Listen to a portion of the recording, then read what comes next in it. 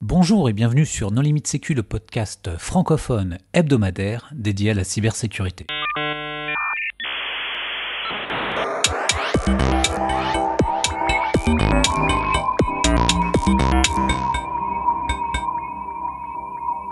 Alors aujourd'hui, nous enregistrons en présentiel aux Assises de la cybersécurité à Monaco.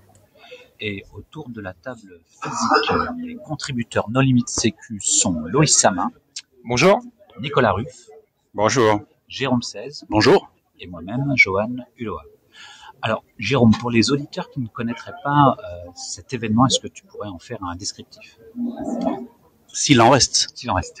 Les Assises, c'est un événement qui existe depuis 21 ans maintenant et qui se positionne comme un intermédiateur entre les offreurs, donc des gens qui qui offrent des solutions de sécurité, et toute la communauté RSSI, un petit peu élargie aussi parfois à des DSI dans des cadres particuliers, tous les opérationnels de la sécurité. Et l'idée, c'est de mettre en relation l'offre et de mettre en relation la demande et de laisser toute cette communauté se retrouver, se rencontrer, échanger sur des thématiques, des tendances, dont Loïs d'ailleurs participe souvent à l'élaboration dans les comités de pilotage. Et de se retrouver une fois par an pour ce qui est devenu un événement finalement qui marque un petit peu presque on pourrait dire la saison cybersécurité si on était dans la mode. Alors Loïs, justement, quelle est la chronologie de cet événement ? Alors cet événement, il commence pour pas beaucoup de personnes sur un moment qui s'appelle le Before, qui commence le mardi. Donc, c'est un événement qui est réservé à des RSSI, il y en a 100, 150 à peu près, et quelques offres très limitées. Et l'objectif en fait de cette journée, c'est d'avoir le temps, parce que les assises c'est 2000 à 3000 personnes, c'est d'avoir le temps en fait de discuter entre nous, d'échanger sur plusieurs temps forts de ce Before. Le premier, c'est une conférence avec une personne qui va faire une restitution. Donc là, c'était le directeur adjoint du Crédit Agricole qui est en charge de la partie numérique, qui a fait une restitution sur la vision sur la cybersécurité et la transformation digitale, comment ces derniers peuvent travailler ensemble. Et puis après, c'est des commissions qui sont prévues avec différentes commissions dont Jérôme animait une. Alors moi, il y a une commission sur la géopolitique, une commission sur l'entreprise étendue, sur l'écosystème. Il y a différents éléments, différentes commissions qui y sont présentes. Et l'objectif, c'est de se retrouver à petits groupes et échanger, réfléchir pour qu'à la fin de la journée et le lendemain matin, il y ait une présentation des résultats de cette commission en 2 à 4 en fait, une feuille recto verso pour donner un peu par exemple moi j'étais sur la commission entreprise étendue et la réflexion c'était de dire comment on gère en entreprise étendue pour avoir pour connaître son écosystème, pour pouvoir gérer quand il y a un incident de sécurité, comment je fais confiance, comment je partage, etc. Donc c'est assez intéressant et c'est un peu le moment de pouvoir échanger entre nous sans tout le monde qu'il y a aux assises, qui est un événement un peu différent. Alors il y a aussi des ateliers, il y a des plénières. Avez-vous assisté aux plénières ? Moi, j'ai assisté à la plénière qui était un débat finalement assez ouvert entre Tetris, le cofondateur de Tetris, le directeur technique de Tetris, et l'amiral Coustillère, sous un format qui était très sympathique puisqu'il n'y avait pas de notes, c'était un vrai débat assez ouvert, une vraie discussion plutôt à deux voix assez ouverte sur comment la fiction dépasse parfois la réalité. Évidemment, connaissant le pédigré des deux sur scène, on n'a pas pu apprendre de choses très détaillées. En revanche, effectivement, leur vision de cette réalité qui dépasse parfois la fiction était super intéressante. Mais tu peux préciser que ce sont deux personnes qui ont travaillé dans le service de renseignement et dans des fonctions au service de l'État et que forcément, du coup, ils ont des anecdotes, mais ils peuvent pas trop en dire non plus. Voilà, donc c'est un exercice difficile d'être sur scène, d'essayer de captiver une audience avec des choses dont on ne peut pas parler dans le détail, mais ils y sont plutôt bien arrivés. Okay. Les assises aussi, c'est un moment qui sont ouverts. Enfin, les assises sont ouverts à chaque fois par Guillaume Poupard, le directeur général de l'ANSSI. Alors, le discours de Poupard, son thème, c'était, il faut travailler ensemble, il faut collaborer ensemble. Alors, moi, j'ai pas été extrêmement surpris ou appris beaucoup de choses nouvelles pendant cet événement. Il y a beaucoup de discours qui répètent depuis pas mal d'années.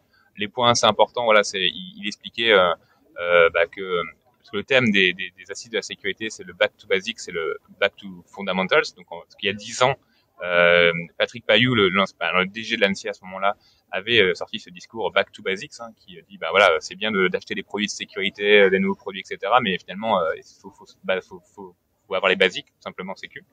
Donc on a repris 10 ans après l'idée. Et, il a pris l'exemple par exemple du cybermois où il y avait les mots de passe qui étaient présents sur ce thème et dire c'est peut-être un basique, mais faut toujours le relancer, etc. Donc voilà. Un point aussi, il disait que la cybersécurité, avant c'est de la SSI, c'est peut-être un sujet qui peut ennuyer les dirigeants, donc faut être un peu sexy, donc comment on la communique, etc.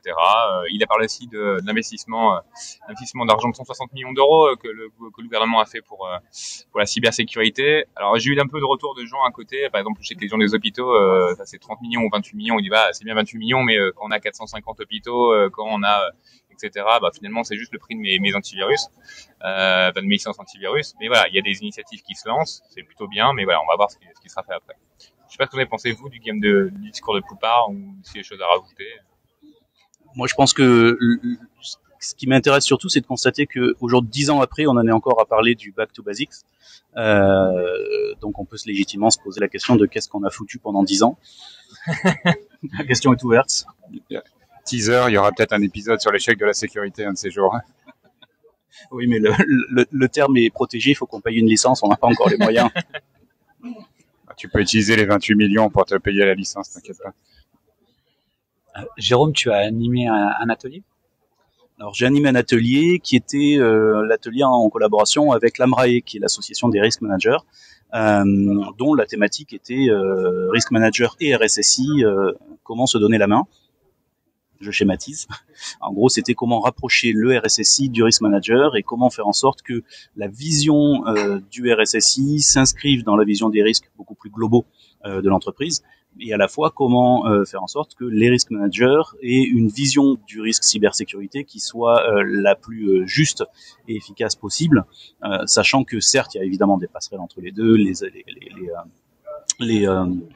les méthodes d'analyse de risque, évidemment, prennent en compte le risque cyber, etc. Mais on a vu ces derniers temps le risque cyber exploser au point de passer devant le risque pandémique. Aujourd'hui, pour les assurances, c'est le premier risque avant celui de la pandémie. Donc, forcément, pour des professionnels du risque comme les fédères, l'AMRAE, ça demande quand même un traitement particulier.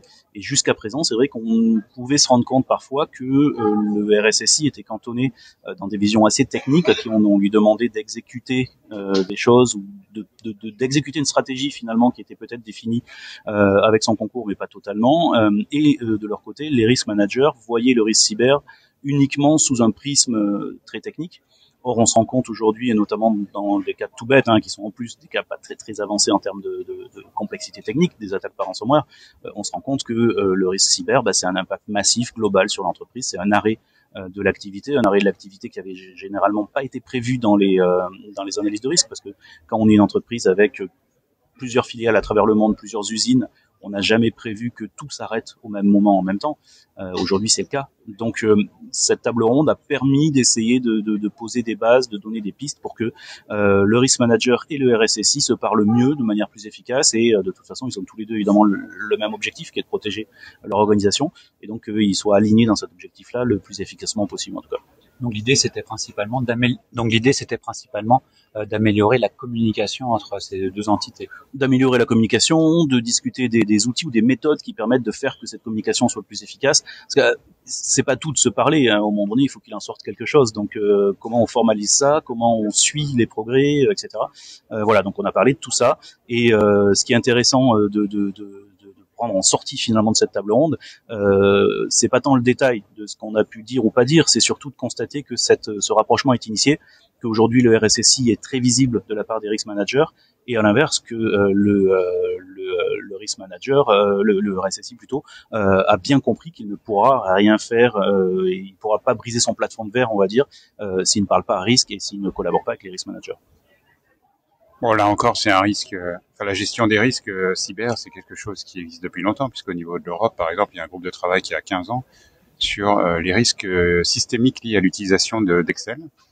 Et donc, non mais sérieux, il y a une commission à l'Europe qui dit, voilà, qu'est-ce qui se passe s'il y a une erreur d'arrondi dans Excel et que tous les chiffres produits par Excel sont faux de 2%. Il y a des gens qui travaillent là-dessus depuis 15 ans et je veux dire, on découvre le risque cyber avec un ransomware, mais en fait, on est dépendant de l'informatique depuis toujours. Ça va exactement dans le sens de ce que je disais, c'est que c'est bien beau de se parler, mais à un moment donné, il faut qu'il en sorte des choses, des métriques, des méthodes, etc. Et là, tu vois, l'Europe, manifestement, semble très forte sur ce sujet-là pour parler beaucoup, mais il en sort rien du tout. Attention à la ligne de conduite de nos limites sécu. Ok, donc les assises, c'est aussi le prix de l'innovation. Alors, qui l'a remporté cette année? Alors, il y a Acuity qui a gagné qui a remporté le prix du jury, du prix de l'innovation. Et on avait aussi une société qui ont gagné le prix du public, qui s'appelle Glimpse.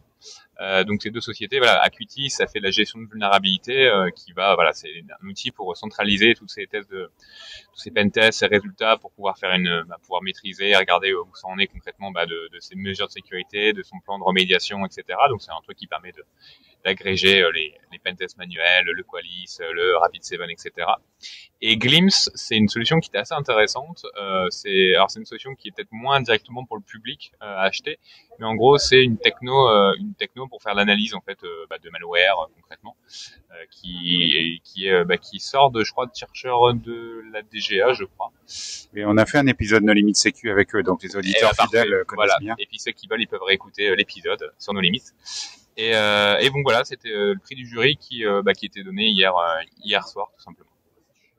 J'ai gagné puisque tu as dit concrètement. J'ai pas dit encore en fait. Voilà, c'est dit maintenant. Et toi, Johan, tu as assisté à quelle keynote, quels ateliers, quelle présentation? J'ai assisté à la keynote de Delphine Horviller, qui est rabbin et qui faisait l'analogie entre les religions et la cybersécurité. Rabbin des Bois ou Rabbin des Villes? Alors, elle expliquait justement que finalement, il y avait beaucoup de similarités entre les religions et la cybersécurité.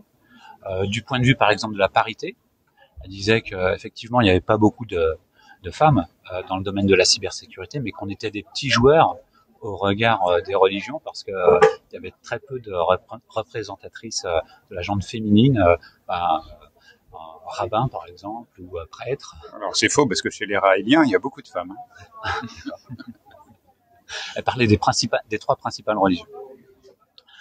Et donc elle expliquait également que dans la Bible, les héros qui ont constitué l'histoire de la Bible étaient des personnages qui souvent avaient des vulnérabilités.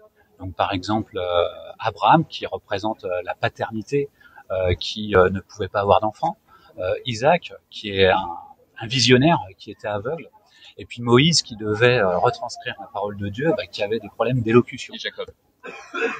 Et donc elle expliquait que ces vulnérabilités qui sont aussi présentes en cybersécurité, sont aussi des atouts. Elle a d'ailleurs conclu en expliquant que ce qui constitue notre ADN est constitué de 10% d'ADN de virus, et donc que c'est ce qui semble négatif ou dommageable, en fait peut devenir une force. Donc voilà, c'était je trouve que c'était assez intéressant, et j'ai eu plaisir à assister à cette keynote. Ce qui est intéressant, c'est de remarquer que finalement, dans cette vision religieuse en tout cas, il n'y a pas de patch pour ces vulnérabilités-là. Donc les héros et les figures religieuses vivent avec cette vulnérabilité-là. Le fait qu'elle fasse référence aux 10% de virus dans le génome, c'est que finalement, on vit avec, et c'est un message de résilience. Et c'est peut-être aussi ça le lien avec la cybersécurité, c'est que on ne va pas éviter les vulnérabilités. Il faut simplement être capable de les connaître, les identifier et vivre avec, mais être résilient justement. Ouais, tout à fait ça, Jérôme. Ouais. Il faut accepter le risque en quelque sorte. I accepted the risk. C'est bien, t'as la référence. Faut le dire en chantant normalement. Mais ça, c'est beaucoup de Jérôme, allez, une petite chanson. Sous ma douche, revenez demain sous ma douche. Véronique Loquet vient de nous rejoindre. Bonjour Véronique. Bonjour. Est-ce que tu voudrais apporter le mot de la fin de cet épisode? Moi, j'avais envie de dire à tous les auditeurs là qui sont un peu techniques, si vous voulez parler de cybersécurité et d'histoire du cybermonde, on a un autre podcast qui s'appelle Nologue. Un podcast. On attend la saison 2 depuis longtemps. Oui, alors parce que ça demande beaucoup de temps, c'est un vrai métier, vous savez. Moi, je mets un peu de musique, voilà, j'ai un objet qui est un peu différent du vôtre, qui est très complémentaire finalement, parce que quasiment un NFT. Un NFT, tu vois ça comme ça, toi. Et bah écoute, en tout cas, la saison 2, elle est en cours et le temps de monter, voilà. Mais c'est un métier et c'est pas mon métier de base, donc voilà. Mais j'ai hâte de vous la présenter. Bon, merci Véronique. Chers auditeurs, nous espérons que cet épisode vous aura intéressé. Nous vous donnons rendez-vous la semaine prochaine pour un nouveau podcast. Au revoir. Au revoir. Salut.